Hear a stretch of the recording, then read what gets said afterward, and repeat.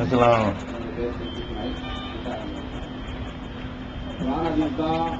மட்டுமே நம்ம பின்பற்றணும் அப்படின்னு சொல்லும்போது தாடியுடைய விஷயத்துல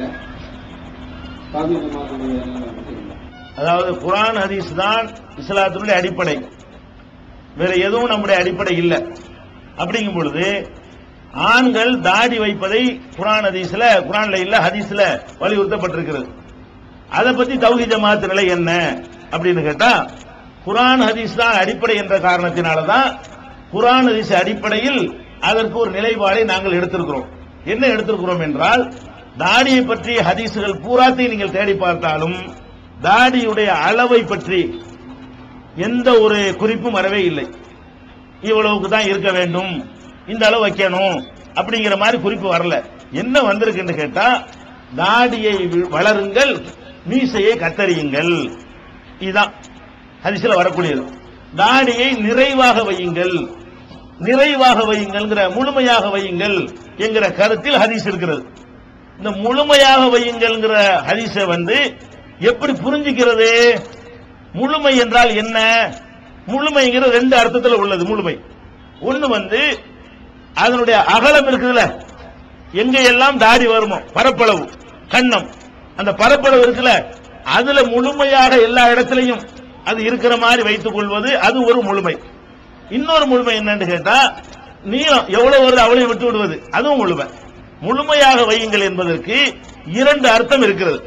அந்த பரப்பளவு முழுமையாக இருந்தாலும் முழுமைன்னு சொல்லுவோம், அல்லது நீளம் அதிகமாக இருந்தாலும் என்ன செய்வோம், முழுமைன்னு சொல்லுவோம். அந்த சொல்லுக்கு ரெண்டு அர்த்தம் இருக்கிறது. எந்த அர்த்தத்தை எடுப்பது என்றால், அதற்கு நபிகள் நாயகத்தை நாங்கள் துணைக்கு அழைக்கிறோம்.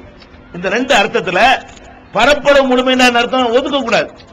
பரப்பளவு முழுமை என்றால் எங்கெல்லாம் தாடி வருகிறதோ அப்படி ஒதுக்கி இப்படி ஓரமா வைக்கிறது, பிரெஞ்சு மாதிரி இப்படி வைக்கிறது, இதெல்லாம் வச்சாங்கன்னு சொன்னா முழுமைக்கு மாற்றம் என்று நாம சொல்றோம். சிலர் என்ன செய்யறாங்கன்னா, நீளத்தை தான் சொல்லுது அப்படின்னு சொல்றாங்க. இதை புரிந்து கொள்வதற்காக நபிகள் நாயகம் ஸல்லல்லாஹு அலைஹி வஸல்லம் அவர்கள் தலைமுடி சம்பந்தமாக, அதுவும் முடிதானே, அது சம்பந்தமாக இதே மாதிரி சொல்லை பயன்படுத்தி இருக்கிறார்கள். எப்படி பயன்படுத்துறாங்க? ஒரு பையன் ஒரு சிறுவனை பார்க்கிறார்கள்.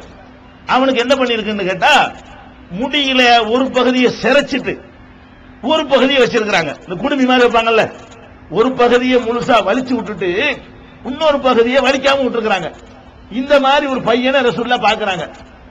பார்த்த உடனே இது என்னப்பா, என்ன இது அப்படின்னு கேட்டு சொன்னாங்க, இஹ்லிகு குல்லஹு அவித்ருக்கு குல்லஹு, வச்சா முழுமையா வை, விட்டா முழுமையா விடு அப்படின்னு சொல்லிட்டாங்க.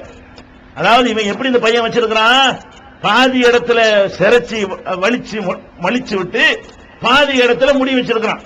அப்ப ரசூலுல்லாஹ் என்ன சொல்றாங்கன்னா, வச்சா தலைமுடிய முழுமையா வையுங்கள், அல்லது முழுமையாக என்ன செய்யுங்க, சிரைச்சிருங்க, வலிச்சிருங்கன்னு சொல்றாங்க. இதை நம்ம எப்படி புரிஞ்சுக்கிறது? முழுமையா வைங்கன்னா இப்படியே பொம்பளை மாதிரி விட்டுருன்னு அர்த்தமா? அந்த பையனுக்கு சொன்னாங்கல்ல தலைமுடிக்கு முழுமையா வைங்கன்ட்டாங்க.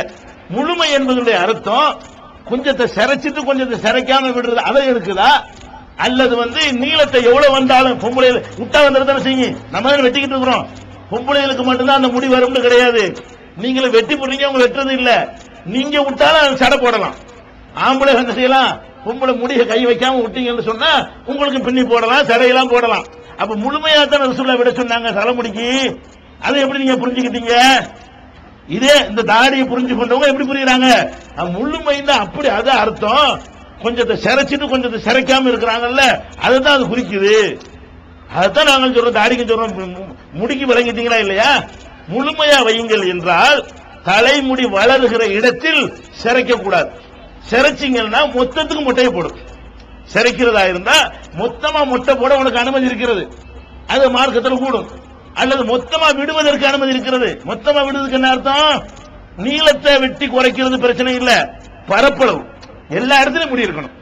தலையில் எல்லா இடத்திலையும் முடி இருக்கணுமே தவிர நீ கொஞ்ச இடத்துல முடி வச்சு கொஞ்ச இடத்துல சிரைக்கிறது கூடாது என்று தலைமுடியை, இதுவும் ரசூலுல்லாஹ்வுடைய ஹதீஸ் தான்.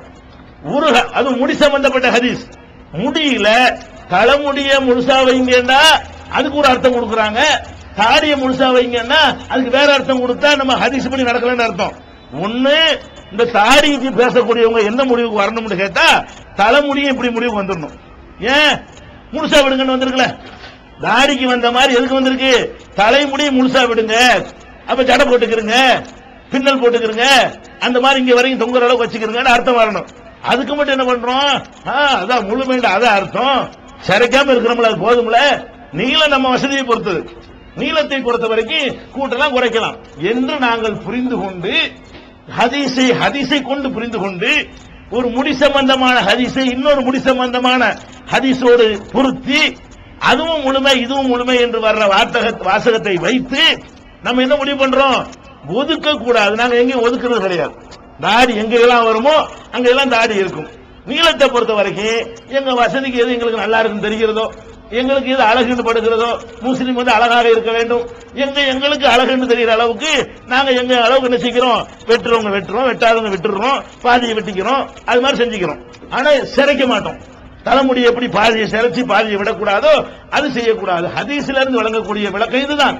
இந்த பெருசா வர்றது இதெல்லாம் சொல்றதெல்லாம் ஹதீஸுக்கு வெளியே அவுட்டா போய் நின்று கொண்டுதான் சொல்லிக் கொண்டிருக்கிறார்கள். அதனால ஹதீஸ்ல வந்து இப்படியான ஒரு கருத்தை சொல்லக்கூடிய எந்த ஒரு ஹதீஸும் நமக்கு கிடைக்கல. அதனால இப்படி நம்ம வந்து தாடி விஷயம் முழுசா தான் வைக்கணும்.